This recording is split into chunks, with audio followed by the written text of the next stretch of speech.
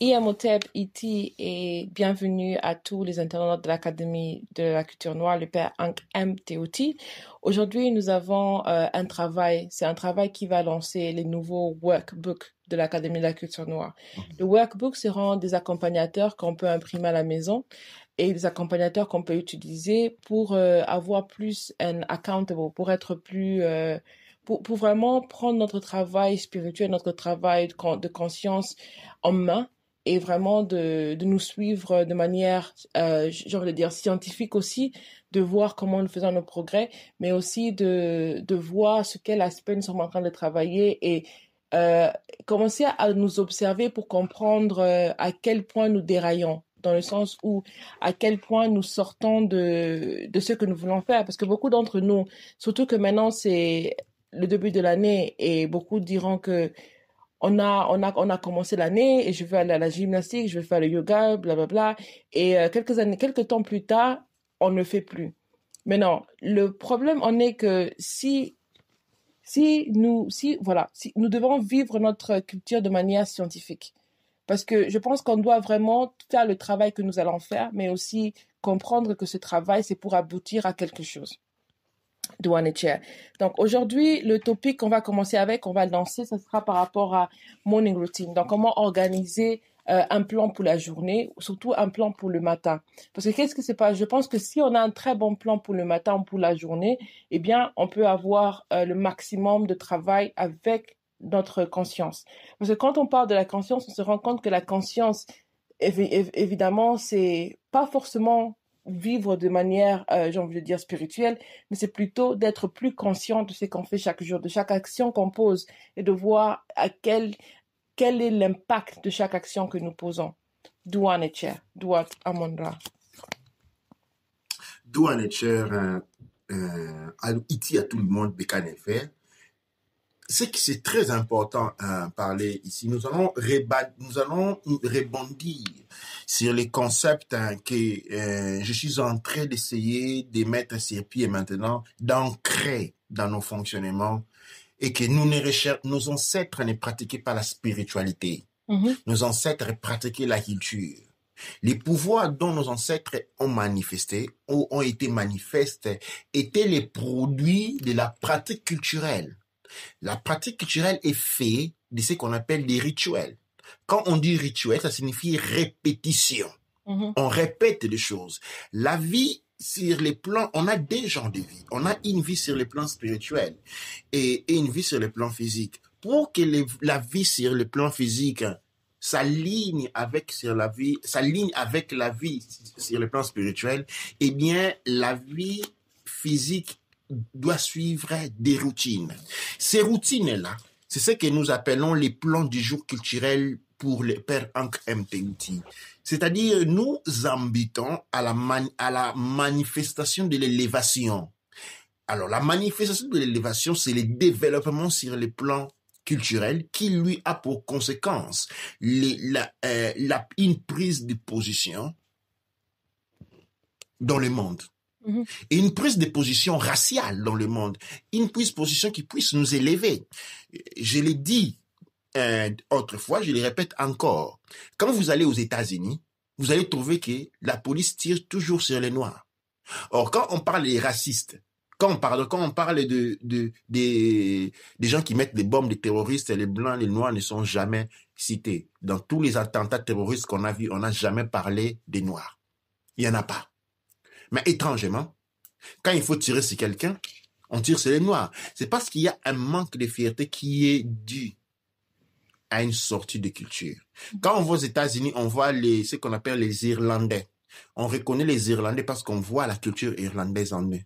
Quand on parle des Italiens, on voit les Italiens parce qu'on reconnaît la culture italienne. Quand on voit les Anglais ou Américains, on les reconnaît parce qu'on voit la culture anglaise sur eux. Okay? Mais quand maintenant on voit des Noirs, on ne sait plus. Cette faiblesse culturelle-là porte à une perte de puissance. La perte de puissance ici, ça n'a rien à voir avec la spiritualité, ça a à voir avec la culture. Et pendant que de la spiritualité, vous êtes porté à prier, à prier, à prier, à prier, à prier, à prier. à invoquer, sans jamais arriver à des résultats fiables. La pratique de la culture, là, vous les trouverez. Je vais vous donner un exemple. Pourquoi pensez-vous que les Juifs sont aussi, comment on dit, successful, c'est-à-dire, ils ont beaucoup de succès? Eh bien, les Juifs, partout où vous les retrouvez, ils sont toujours en train de pratiquer la culture juive. Vous ne verrez jamais les Juifs dire, et puis on est un peu des Juifs, je ne sais pas moi, calédoniens, on est des Juifs. Non, ils sont Juifs et point et trait. Et cela est une marque de succès. Quand vous voyez les Italiens partout, vous allez les reconnaître. Partout où ils vont, vous allez trouver les restaurants italiens. Partout, vous allez trouver des magasins d'habillement italiens. Combien vous avez vu des Italiens venir et ouvrir un cinéma dans un autre pays? Non, c'est pas leur marque. C'est-à-dire, c'est ce qui garantit la prospérité, ce qui garantit le bien-être, c'est une culture. Et cette culture-là, je prends un exemple des Italiens. Les Italiens, ils sont là ce matin, ils se réveillent, ils ouvrent les restaurants. Ils y travaillent, et ça, c'est un rituel. Et dans les restaurants, il y a chaque chose qu'ils font à sa place. Et même quand vous allez vous voyez les Irlandais, vous allez retrouver la même marque.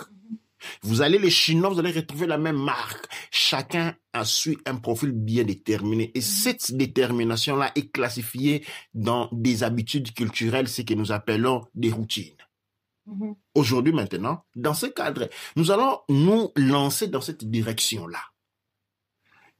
D'établir un plan de routine pour quelqu'un qui pratique la culture Kush-Kamit Congo.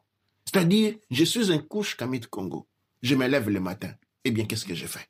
Douane-Tchè.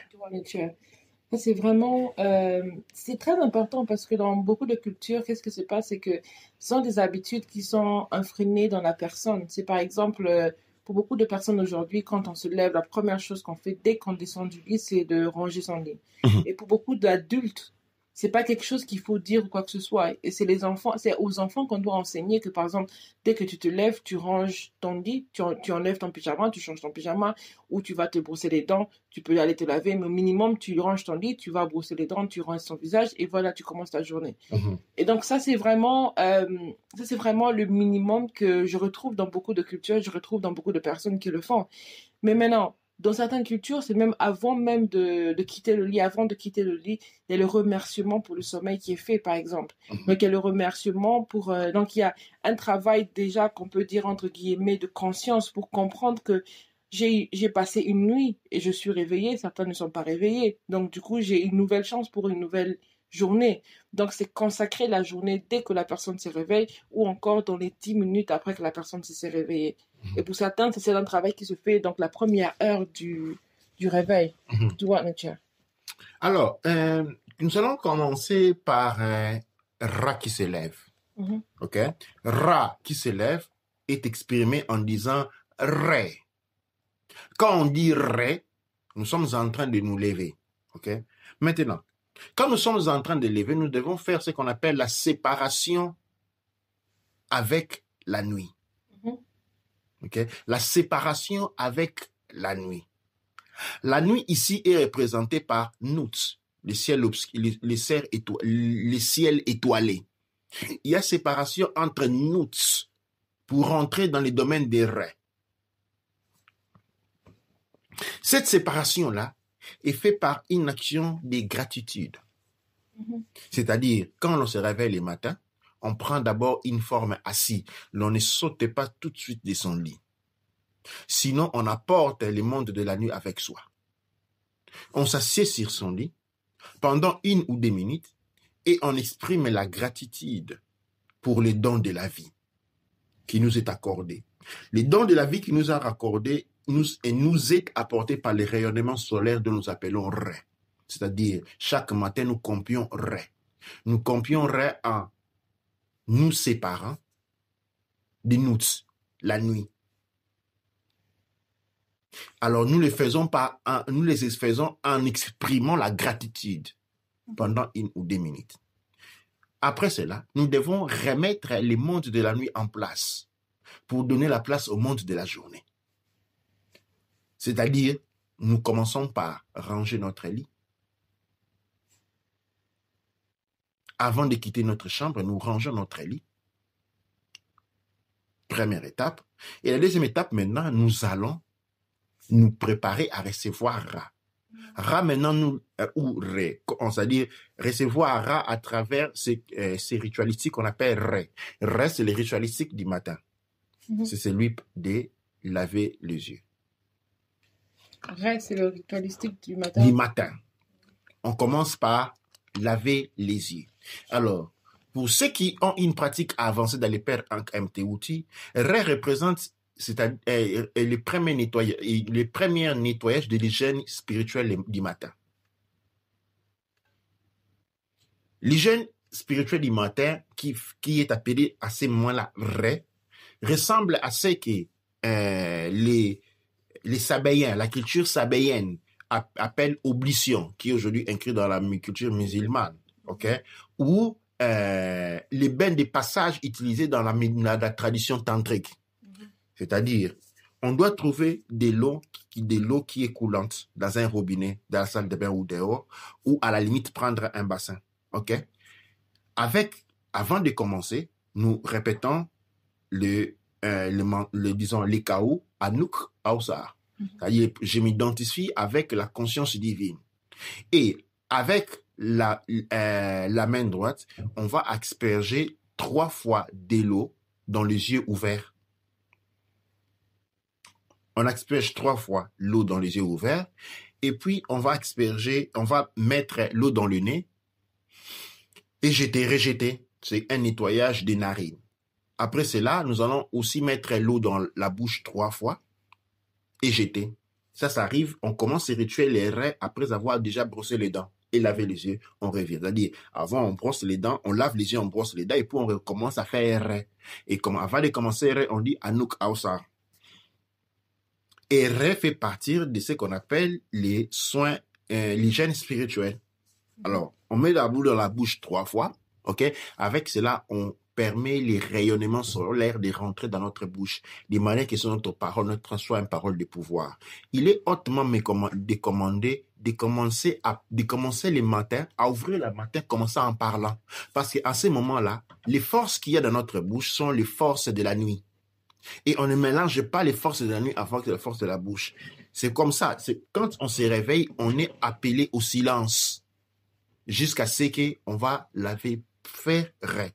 C'est seulement quand on accomplirait que maintenant on est autorisé à parler. Maintenant, nous n'allons pas être catégoriques. C'est-à-dire, on peut toutefois parler, mais quand on n'a pas encore accompli Ré, on parle à très basse voix. À très basse voix. Et vous verrez dans les traditions africaines anciennes, les gens, quand ils n'ont pas encore accompli les premiers rituels du matin, quand ils parlent, ils mettent la main devant la bouche. Tu ne dois pas voir à l'intérieur de sa bouche. Parce que à l'intérieur de sa bouche se trouvent encore les forces de la nuit. Pas les forces APEP, mais les forces NUT, qui sont incompatibles avec les rayonnements Ré. Alors, j'étais au niveau de la bouche. On lave 3 fois la bouche. Avec la main droite, on lave 3 fois l'oreille. Tout le contour de l'oreille droite. Avec la main gauche, on lave 3 fois le contour de l'oreille gauche. Avec la main droite, on va maintenant laver les fronts. Laver les fronts. Pour ceux qui ont les cheveux bas, on peut directement laver toute la tête jusqu'à la nuque et au cou. Ceux qui ont les cheveux longs, lavent seulement les fronts et vont toujours avec la main droite mettre l'eau au cou, derrière le cou et prendre tous les coups tout autour du cou. Après cela, maintenant, on va utiliser la main gauche pour laver les bras droits, depuis les doigts jusqu'aux sous-aisselles. Après, on va maintenant laver. Après, on va laver les pieds, pas la jambe, mais les pieds droits, avec toujours la main gauche. Fait cela, on va partir maintenant avec la main droite pour laver les bras gauche, tous les doigts jusqu'aux sous-aisselles. Une fois qu'on a fini, on va mettre les pieds gauche sous l'eau, ou quand on a un seau, on prend l'eau de la main droite, on met sur le seau. Quand on finit, on sait doua necher. Et là, on a fini les premières. En ce moment-là, nous avons accédé, nous avons accompli Ré. Et quand on accomplirait, on est maintenant en phase pour commencer la journée. On a en phase pour commencer les journées maintenant. Pour arriver jusqu'à Ré, donc disons pour beaucoup de personnes, il y a des gens qui font, je sais que moi de temps en temps je le fais aussi, c'est que quand je me réveille, surtout si je dois sortir, j'ai beaucoup de courses à faire, je me réveille, je range la chambre et puis on part, on lave le visage, on brosse les dents. Et pour beaucoup de personnes, ils sautent directement dans la salle de bain pour se laver directement le corps entier. Et donc, est-ce que Ré, parce que comme tu as dit qu'on peut faire Ré après avoir lavé le visage et lavé les dents, est-ce que Ré peut être accompli par exemple sous la douche? Alors, si la personne s'est fait une douche, il fait d'abord la douche. Et puis il fait Ré après. Après, il fait Ré. Tu vois, c'est tout premier la douche et puis Ré. Et là, on a les tout premières journées de la rituel, on accomplirait. Quand on accomplirait, maintenant, on peut, ceux qui pratiquent les 5 méditations journalières, peuvent commencer par Awsar.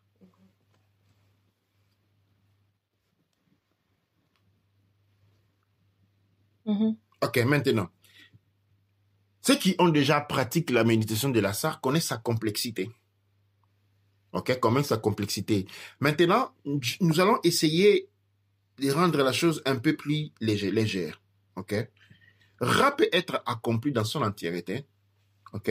Tous les rituels Ra, Amon Ra, du matin, quand on a un peu de temps. Mais admettons qu'on se trouve froissé dans la journée, où on doit courir d'une part à l'autre, on peut limiter les rituels Ra à la première partie. C'est-à-dire où on fait les salutations en tournant autour. Ok? C'est-à-dire on fait Nuk Penukut, Nuk Penukut. Ok, on fait Amasu Ampa Rasanksu. Alors, une fois qu'on a fini ces deux mouvements-là, on peut conclure les rituels à ces points-là et passer par la journée. Ça, c'est dans les cas où vraiment on est coincé. Ça, c'est les premiers rituels de la journée. Maintenant, ce que nous avons fait jusque-là, nous n'avons pas pratiqué de la spiritualité. Nous avons vécu culturellement. Et vivre culturellement, c'est ce qui apporte la puissance. Parce que la puissance est un degré de conscience. Plus on augmente la conscience, plus le pouvoir augmente. Maintenant, nous sommes arrivés à un point crucial, là, ça dit nous commençons notre journée. Ça, nous avons compris les rituels. Jusqu'à ce point, je ne sais pas si nous avons des questions. Je pense que c'est, pour récapituler, pour que je puisse avoir une bonne note, c'est que donc, au début, quand on se réveille, on a la partie de faire la séparation. Donc, le rituel de séparation, ça commence par avoir la gratitude pour la vie, la gratitude pour la journée qui vient, la gratitude pour la journée qui est passée, la nuit qui est passée. Donc, au final, après, on commence le rituel de Ré, qui est le nettoyage. Donc, après avoir brossé les dents ou se laver, on commence le rituel de Ré, qui est que on a deux types aussi pour le Ré. On a le type rapide, qui est où on fait le visage. Ou comme on a le rituel full, comme le rituel similaire à l'hygiène de l'oblution, l'hygiène spirituelle, qui est que on fait le lavement du visage et des membres petit à petit. Et donc, quand on a fini cette partie, eh bien, on rentre dans Awsar. Donc, on a Awsar complet, qui est le rituel de Awsar, le matin, où il y a Awsara, qui est juste la première partie du rituel, où on fait les salutations dans les 4 éléments. Ok, avec là, nous avons compris la première partie. Ok, maintenant, il y a une deuxième partie. La deuxième partie, confère, souvenez-vous, jusqu'à-là, nous avons ordonné la chambre et nous sommes ordonnés nous-mêmes. Ok, la séparation de la nuit au jour se fait aussi à l'intérieur de la maison. Ok, c'est-à-dire, on commence d'abord par ouvrir les fenêtres de la maison, permettant au rayonnement solaire de pénétrer à la maison. Alors, maintenant, quelqu'un me dira, mais écoute, là où je me trouve, il est en train de pleuvoir, où il fait froid, il y a les nuages, le soleil est toujours présent. Oui. C'est le rayonnement dont on a besoin, c'est un rituel, le rayonnement est toujours présent. C'est-à-dire, même quand il fait froid, il faut au moins ouvrir les fenêtres pendant 5 ou 10 minutes, et puis les refermer.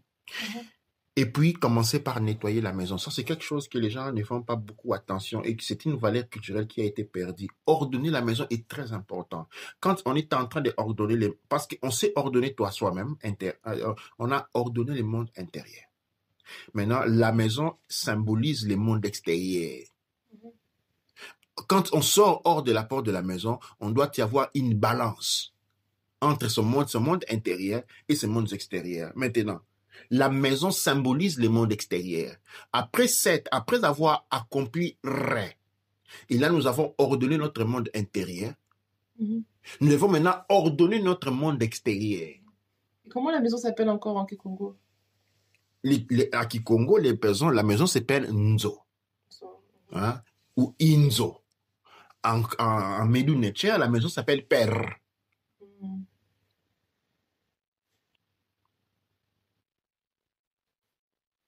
Ok, maintenant.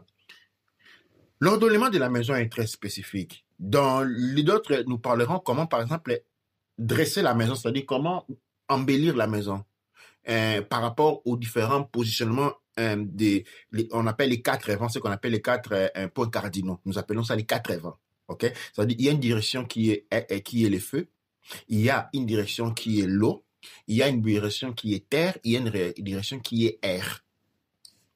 Ok, maintenant. L'est, où se lève le soleil, symbolise le feu naissant. Ok? Le feu, nous savons que le feu, quand il perd de température, à quoi il se développe? L'effet est là pour... l'effet est là pour... Il est transporté par les vents. Ok, non? Ok? C'est-à-dire l'ouest, c'est les vents. C'est-à-dire c'est vraiment le soir qu'il y a les vents. Ok? Le nord, maintenant, représente ce qu'on appelle, il y a une forte attraction dans le nord, ok? Et dans le nord, on a ce qu'on a l'élément terre. Ok? Si l'élément terre se trouve au nord, au sud, qu'est-ce qu'on a? L'eau. L'eau.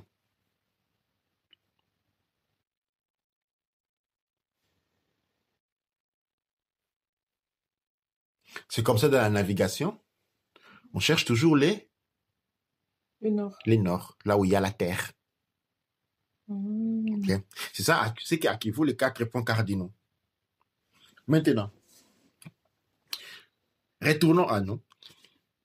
La maison doit être nettoyée avant de sortir de la maison parce que elle est la contrepartie, elle représente notre monde extérieur. Elle symbolise notre monde extérieur. Avoir une maison nettoyée représente une balance. Le salon doit être tenu en parfait état. La cuisine doit être tenue en parfait état. Et c'est là, avec cela, nous avons une balance du monde intérieur et du monde extérieur. Notre monde extérieur ne se trouve pas à l'extérieur de la maison, mais ainsi est représenté par le monde extérieur. Les difficultés que nous allons rencontrer dans notre vie journalière, nous avons le pouvoir de les modeler en modelant l'intérieur de notre maison déjà. Les gens qui ont une vie difficile, il faut regarder leur salon et leur cuisine et tu comprends là tout.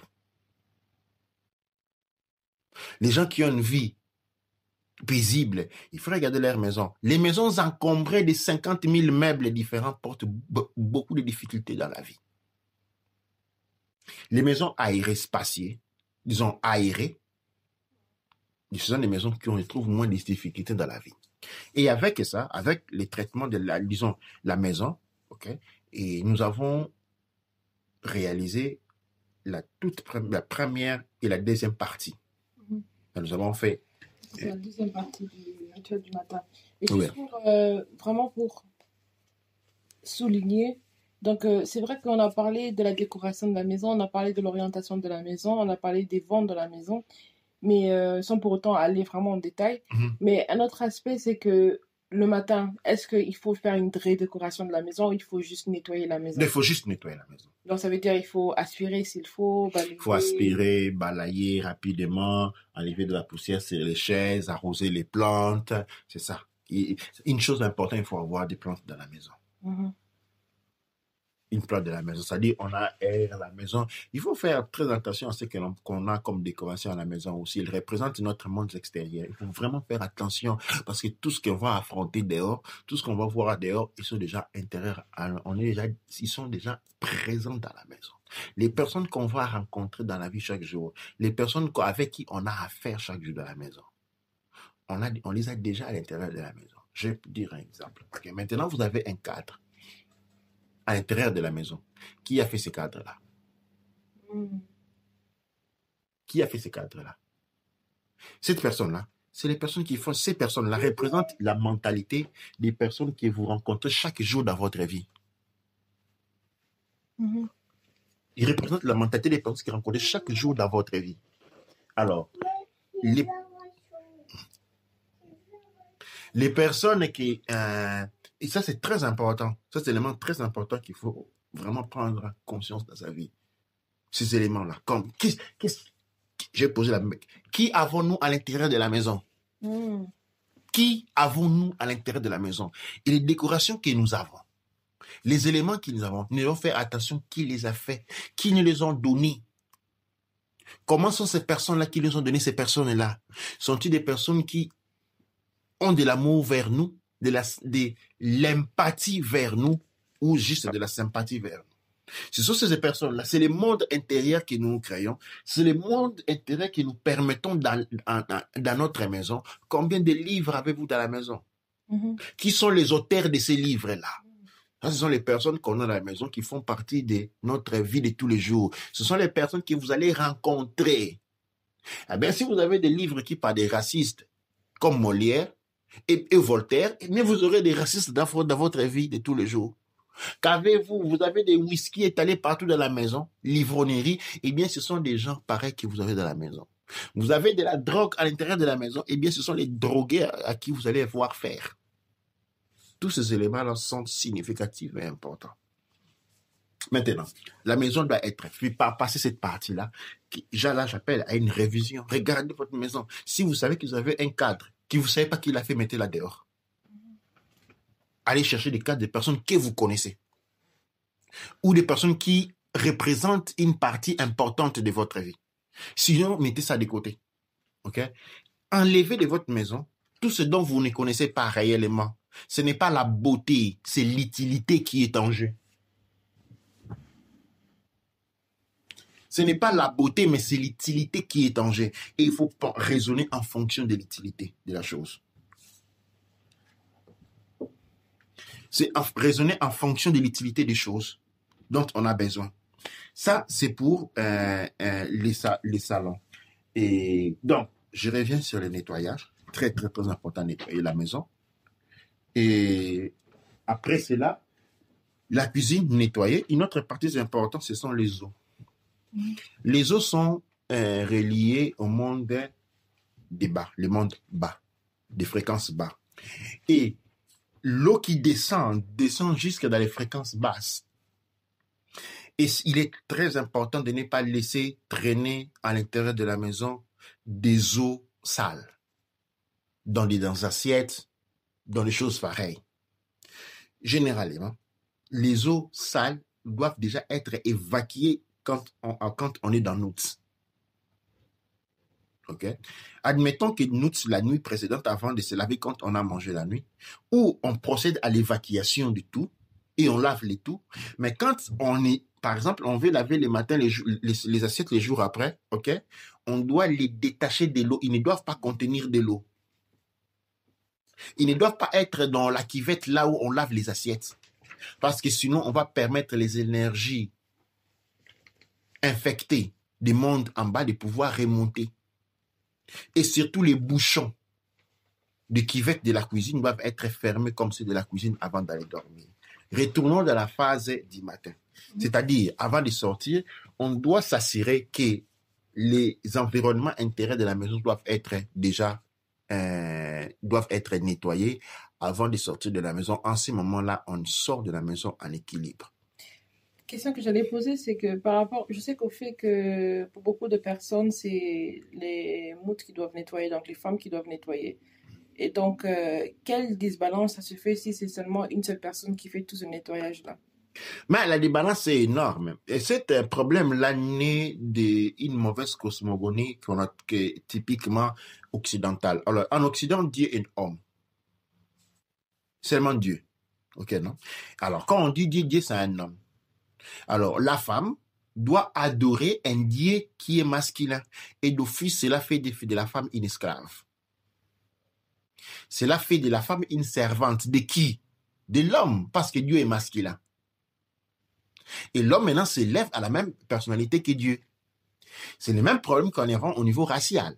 Okay? En acceptant l'image d'un Dieu qui ne vous ressemble pas, okay? Vous devenez directement sujet à cette race-là et indirectement sujet à Dieu et pas le contraire. C'est pas que vous êtes directement sujet à Dieu et indirectement sujet à cette race-là. Non, non, c'est bien le contraire. Vous êtes directement sujet à cette race et indirectement sujet au Dieu parce qu'ils représentent les dieux. Alors, dans la cosmogonie Kush Kemet Congo, nous avons Aoussa et nous avons Aouset. Les couples divins. Toujours en deux. Parce que la création commence avec les Nyereti, c'est-à-dire avec Tefnut. Tefnut porte avec elle le pouvoir de la parthénogenèse, la triple naissance. C'est par la parthénogenèse que Aouset donne naissance à Chou. Et ensemble, deviennent les Kepera. Et ensemble, maintenant, ils vont créer le monde créé. Quand Tefnut donne naissance à Chou, nous sommes en train de parler des énergies. Ça ne signifie pas, parce que là, on a toujours tendance à interpréter de toutes les manières, ça ne signifie pas la mère, elle a donné naissance à son fils et puis il fait des enfants avec son fils. Nous sommes en train de parler de langage énergétique. C'est pour dire que c'est l'énergie féminine qui s'incarne toute seule et manifeste de sa triple parthénogenèse l'énergie masculine. Ça signifie quoi? Ça signifie que les tâches sont réparties par les féminins. Mais quand il s'agit maintenant, les tâches intérieures font partie du règne féminin. Les tâches extérieures font partie du monde masculin. Maintenant, dans une maison qui est une reproduction du cosmos, il y a des environnements qui sont Chou et il y a des environnements qui sont Tefnut. Maintenant, tout ce qui est intérieur, qui rappelle l'intimité, sont les tâches Tefnut. C'est-à-dire la chambre est une tâche Tefnut, la salle de bain est une tâche Tefnut. Pendant que les salons et la chambre et la cuisine sont des endroits Tefnut. Ok? Quand vous avez des invités, les seuls endroits que les invités utilisent, ils viennent au salon et puis ils vont faire des besoins. Ok? Alors, c'est pour dire que les tâches Chou sont les salons et les salles de bain. Il y a cette croissance énergétique-là. Okay, ça, ce sont les directions énergétiques. Maintenant, il existe un tableau de corrélation. Les énergies Chou et Tefnut. Quand on veut maintenant vivre dans sa culture vraiment, il y a comment on dit, sphasement, c'est-à-dire pendant toute la journée, pendant que le soleil est levé, ok, Chou et Chou, Tefnut et Tefnut. Quand le soleil se couche, l'inverse. Pendant la journée, la femme prend soin de la cuisine et des chambres, et l'homme des environnements extérieurs, parce que dans la culture kémétique, la toilette est considérée extérieure. Ok, non? Et les salons, qui est aussi un extérieur, parce qu'elle reçoit les gens. Maintenant, quand la nuit arrive, il y a échange. Durant la nuit, c'est la femme qui s'occupe du salon et de la salle de bain parce que la maison, elle est considérée fermée. Ok? Et maintenant, l'homme, par contre, va s'occuper de ce qui est la cuisine et de la chambre à coucher. Doit y avoir une répartition. Ça, c'est la direction. Maintenant, chaque famille, doivent pouvoir, selon les propres capacités et la propre composition. Vous voyez, quand j'ai donné je n'ai pas parlé de Chou, Tefnut et des enfants. J'ai donné une orientation bipolaire, disons polaire. On peut maintenant s'arranger pour arranger certaines choses, orienter certaines choses. C'est que j'ai donné, c'était une ligne de démarcation. Pour aller dans une autre compréhension, on peut dire que les énergies, par exemple, Shu et Tefnut, c'est l'énergie gérante. Donc, c'est la personne qui va décider qui va faire tel travail. Et c'est elle qui est responsable du travail fait, par exemple. Donc, ça veut dire que si, comme tu dis, le Shu décide qu'un Tefnut va faire, et c'est pendant sa polarité, ça peut marcher aussi comme ça. Et les Tefnut guident toujours la ligne. Mm-hmm. Les Tefnut guident toujours la ligne, au moins qu'il s'agit de ceux qui ont intégré les deux énergies. Ok. Quand ils ont intégré les deux énergies, c'est autre chose. Mais les Tefnut guident toujours la ligne. C'est comme ça dans la construction des royaumes Kush-Kemet Congo, il y avait avant tout la reine, les conseils, et puis les rois. Alors, ça, c'est pour ceux qui regardent les tâches. Maintenant, quand on commence la journée, il y a un respect. Quand on commence la journée, on rentre dans la symbolisation des ankh. C'est-à-dire, au début de la journée, nous allons séparation entre Nut. Au début de la journée, nous avons la séparation entre Nut et Ra à travers les rituels des Ra. Okay, nous avons compris Ra. Okay? Et puis nous connaissons maintenant, nous avons fait l'hygiène spirituelle ou culturelle qui fait partie des Ra. Okay? Maintenant, après Ra, nous avons maintenant rentrons dans Kepera.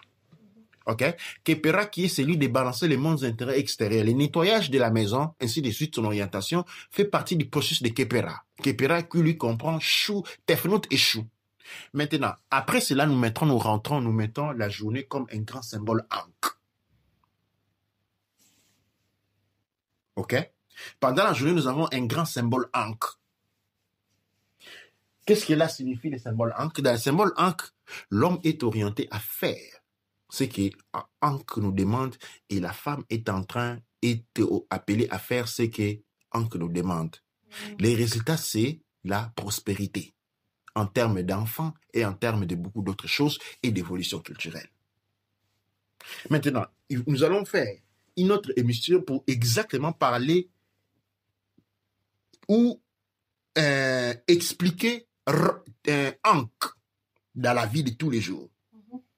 Ankh, c'est très important de comprendre Ankh. Quand on porte le symbolisme Ankh sur la poitrine, c'est juste pas seulement un symbole, cela comporte en lui un grand monde. C'est ce que l'on fait, c'est ce que Ankh, il a pas un grand mystère, une grande source de connaissances à l'intérieur. Arrivé au soir, ok? Commençons maintenant les rentrées vers nous. Le soir, on est en train de sortir des Ra. Nous sommes rentrés par Ré. Nous avons pratiqué Ra et maintenant nous sommes dans les Raoult. C'est comme ça que nous disons Raoult et Tepou parce que nous faisons ça les soirs. Les soirs, nous sommes dans Raoult. Nous sommes en train de pratiquer Raoult. Ok? Raoult maintenant les soirs, nous avons un très beau moment dans Raoult. Raoult, nous avons les bains ritualistiques du soir, accompagnés de la méditation 7 du soir.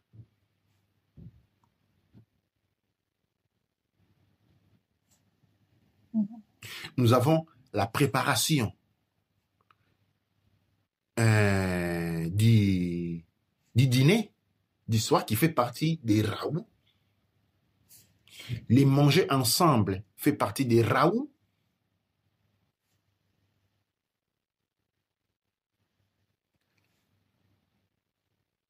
Un moment d'échange familial qui peut être des jeux, la récitation, on chante des chansons ensemble. On peut regarder un documentaire culturel ensemble ou même un film ensemble qui font partie des Raoult. Mais une indication que je vais donner ici dans les Raoult qui est très difficile à observer. Et ce n'est pas faire ce que j'appelle Apep Raoult. Apep Raoult, c'est lancer dans un processus de désacculturation quand on se lance à regarder des films qui ne nous apportent absolument rien, si seulement c'est lui de nous figer, de nous enfoncer dans la suprématie, dans la vénération de la suprématie blanche. Avec ceci, je ne dis pas qu'il ne faut pas regarder les films occidentaux asiatiques, je dis qu'il faut les choisir. Il doit y avoir une importance parce que nous sommes en train de faire un raout. C'est un rituel du soir.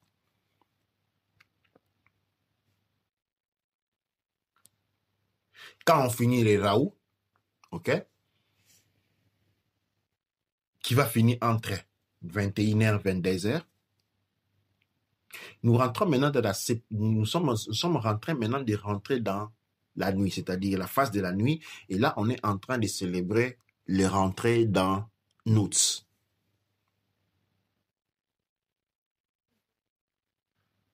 La rentrée dans Nouts, c'est tout simplement quand maintenant on commence à faire les dernières choses avant d'aller dormir. On prend soin de fermer la maison.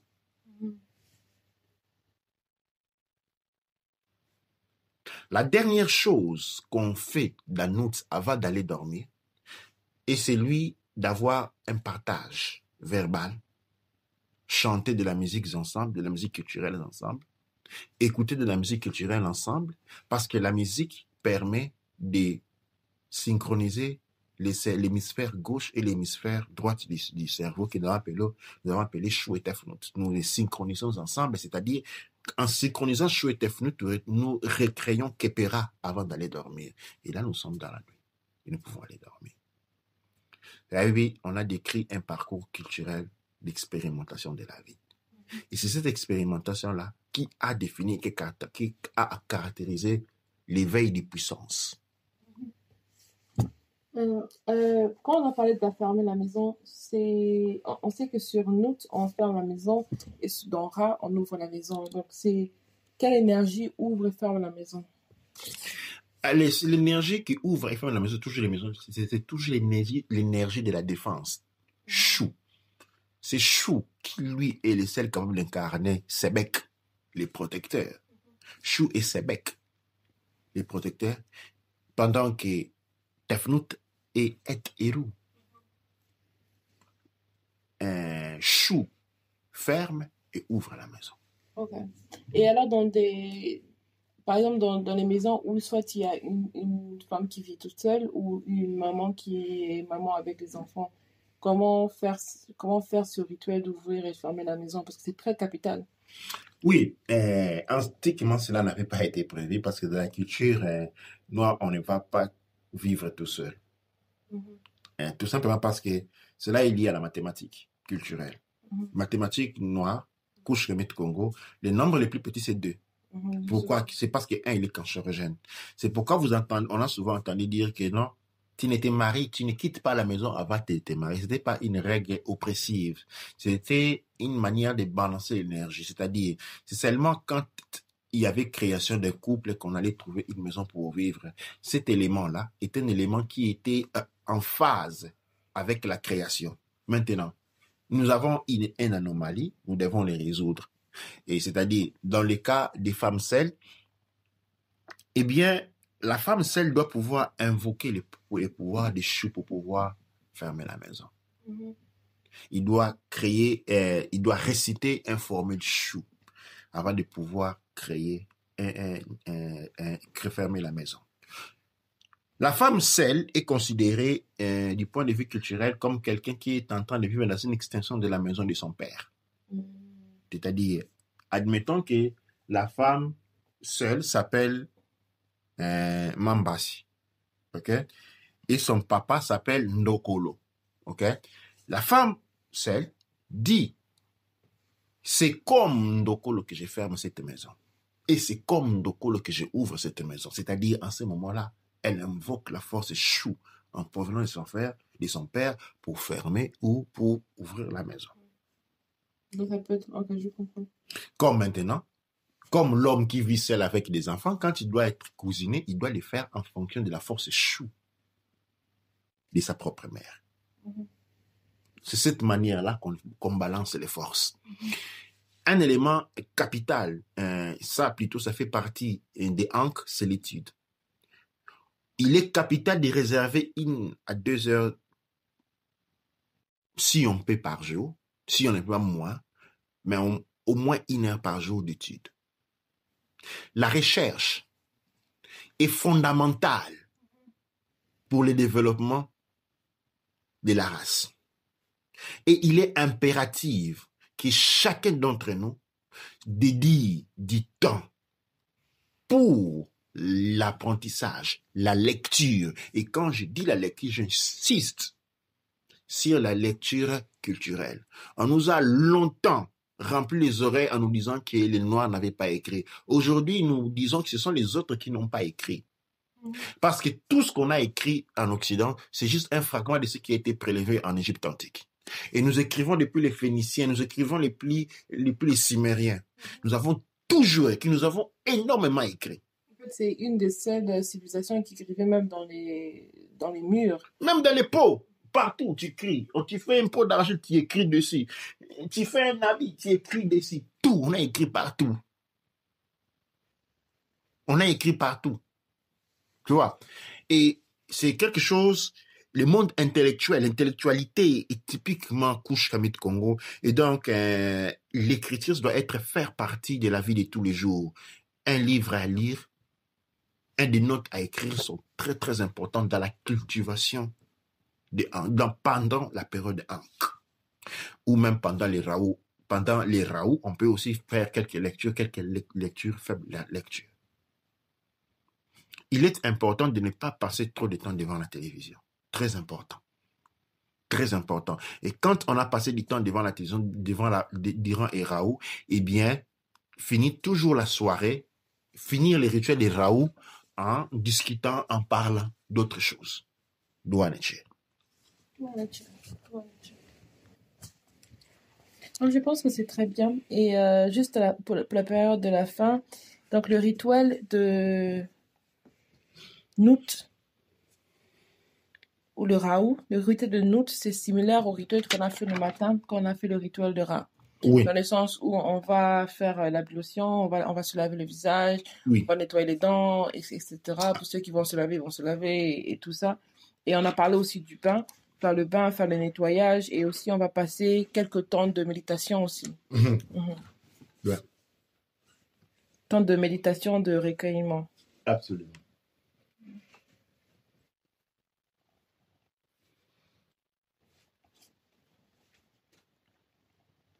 Alors, moi, je dis Douanecha à tous ceux qui nous suivent et aussi Douanecha pour ça parce que c'est vraiment une expérience que je partage avec tout le monde, que c'était vraiment pour faire un planning. Je voulais créer une nouvelle routine pour moi-même et je me dis, avec ça, une fois que j'ai créé ma routine moi-même, je vais créer aussi un workbook. Comme ça, toutes les personnes qui voulont participer à créer une routine pour leur journée pourront suivre sur un cahier d'études, comme je vais appeler. Donc, ce sera un PDF qui aura, qui pourra être imprimé, qui pourra donner une sorte de liste aussi, nous aider à bien nous lancer dans le travail que nous allons faire. Donc, tout ce qu'il faudra faire, c'est je dirais bien, c'est mieux d'imprimer le PDF parce que si le PDF, il est imprimé, donc on peut écrire dessus ou encore on peut même le recopier pour ceux qui n'ont pas d'imprimante. On peut même recopier certaines choses qui se trouvent dans le PDF dans un cahier. Comme ça, on pourra écrire. Parce qu'il faut écrire, il faut pas juste retenir mentalement, mais il faut écrire son expérience, il faut écrire son parcours. Mais aussi, il faut nous donner un feedback par rapport à quelle différence ça donne pour le déroulement de votre vie. Parce que comme on a bien dit, on a dit que si on commence très bien avec la journée, ça veut dire qu'on peut avoir une meilleure journée. Parce que tout ce qu'on fait comme rituel, c'est ça qui nous apporte tout ce qu'on reçoit pendant la journée. Et voilà, donc je pense que c'est très intéressant. Et il y a par exemple les aspects Ankh et les aspects du Raou qu'on va peut-être encore parler encore plus tard dans d'autres vidéos pour qu'on puisse avoir plus d'informations. Mais les informations qu'on a en ce moment nous aident vraiment. Et j'ai beaucoup aimé le fait, par exemple, qu'on dit que comprendre que certaines énergies sont Chou et Tefnut, mais ça ne veut pas dire que, comme on a dit, par exemple, le matin, que il y a la maison, il y a la chambre et la cuisine qui est Tefnut, ça ne veut pas dire qu'un chou ne peut pas aller cuisiner. Parce qu'on a bien dit qu'il le fait en tant que avec l'autorité Tefnout qu'il a reçue de sa maman ou Tefnout qu'il a incarné en lui-même déjà. Donc une personne, et le but de la vie, évidemment, c'est même de se balancer pour être en mesure de faire les deux tâches en représentant les deux en énergie. Et voilà, donc je pense que c'est très très important et avec ça aide à refaire la patte parce que pour beaucoup de personnes, quand on travaille sur la spiritualité, on a des informations, mais ici on dit que c'est un travail scientifique, culturel. Et c'est comme ça que imprimer, écrire, c'est un peu comme on fait un test en lab ou en laboratoire. Donc, quand on veut découvrir quelque chose en laboratoire, qu'est-ce qu'on fait? On observe la cellule, on observe l'animal, on observe la plante, on observe la nature pour voir qu'est-ce qui se passe. Mais aujourd'hui, cette nature, c'est nous. Donc, en faisant ces changements, on doit s'observer pour voir qu'est-ce qu'on peut en tirer, comment on peut s'améliorer et comment on peut devenir la meilleure version de nous-mêmes et être plus conscient chaque jour de tout ce que nous sommes en train de faire. Douane nature. Douane nature, hein, ça c'est quelque chose de très important. Et ici, je vais renouveler l'appel parce que j'ai beaucoup d'étudiants, beaucoup plus que réellement j'aurais les capacités de gérer. Je fais de mon mieux. Ce que j'ai fait, ce n'est pas du bénévolat, c'est ma contribution culturelle au développement culturel. Je ne fais pas du bénévolat du tout, c'est ma contribution, ok? Parce que je ne suis pas dans la prostitution culturelle, où je vends mes capacités, mes connaissances culturelles pour pouvoir survivre dans un monde de déségalité et d'injustice. Et cette égalité d'injustice naît de l'appauvrissement culturel, en fait. Un mot de la fin, des conclusions, est que la culture ne se dit pas, elle se fait. On ne pratique pas de la spiritualité. On pratique la culture. La spiritualité fait partie du complexe culturel. Tout comme c'est un art, l'art spirituel. C'est comme l'art culinaire. C'est comme l'art musical. C'est comme l'art poétique. C'est comme l'art plastique. L'art scientifique, parce que la science, c'est un art. L'art signifie pratique. Okay? Quand nous disons l'art spirituel, c'est la pratique spirituelle. Et la pratique spirituelle, c'est une pratique culturelle. La pratique spirituelle, c'est un nom. Okay? Mais ce que l'on pratique, c'est la culture. C'est comme quand on dit l'art musical. La musique, c'est un nom, mais ce que l'on chante, c'est sa culture. Quand on dit l'art poétique, la poésie, c'est un nom, mais ce que l'on dit, c'est sa culture. L'art spirituel dit même, c'est un nom, mais ce que l'on pratique, c'est sa culture. C'est cette pratique-là qui est incorporée dans ce qu'on appelle traditions et mœurs, donc qui a pour résultat nous mettre en contact avec certains éléments qui nous permettent de grandir et de devenir des véritables nichos. C'est-à-dire, la spiritualité est une partie intégrante de la culture qui transforme le muntu en un nichiro. Et cette transformation-là, elle est pratique. Et on doit on doit vivre sa culture. On doit faire sa culture. On doit enquêter sa culture. Certains paramètres de la culture sont éloignés et rendus insaisissables parce qu'ils doivent être recherchés, retrouvés et mis à jour. Il y a cet effort-là. Pourquoi la culture Kouch-Kémit Congo, elle a été perdue? Non, elle n'a pas été perdue. Elle a été éloignée pour que nous faisions une raison d'une quête. C'est un devoir de la retrouver qui nous a été donné, de la rechercher, de l'expérimenter. Et après, elle va encore être éloignée encore. Parce que les prochaines générations doivent pouvoir la rechercher. Parce que la spiritualité n'est pas un dû. C'est quelque chose qu'on doit mériter à travers la recherche. Et donc, il faut vivre la culture. Il faut la rechercher. Il faut la consulter. Il faut l'écrire et la transmettre pour qu'enfin, elles doivent être à nouveau être cachées de nouveau. Je pense que quand tu dis c'est quelque chose qu'on doit mériter, c'est très important parce qu'aujourd'hui, culturellement, Et pour beaucoup de personnes, on pense qu'on a droit aux choses. Parce qu'on te dit, tu as des droits. On te dit que tu as la possibilité de faire ça et ça. Ça, c'est dû pour toi. Ça, on peut te donner ça, c'est dû pour toi. Mais on ne se rend pas compte pour que toi, tu puisses avoir quelque chose, quelqu'un d'autre doit travailler pour ça. Si ce n'est pas toi qui travaille dessus, ça veut dire qu'il y a quelqu'un d'autre qui a travaillé ou on a confisqué chez quelqu'un d'autre pour que ça devienne un droit pour certaines personnes. Oui, on dit droit. Attention, on dit droit pour dire la main droite. La main droite est reliée à l'hémisphère gauche, l'ego. Et l'ego porte à la destruction. Les droits portent à la destruction. La main gauche, appelée la main du diable, c'est la main du savoir.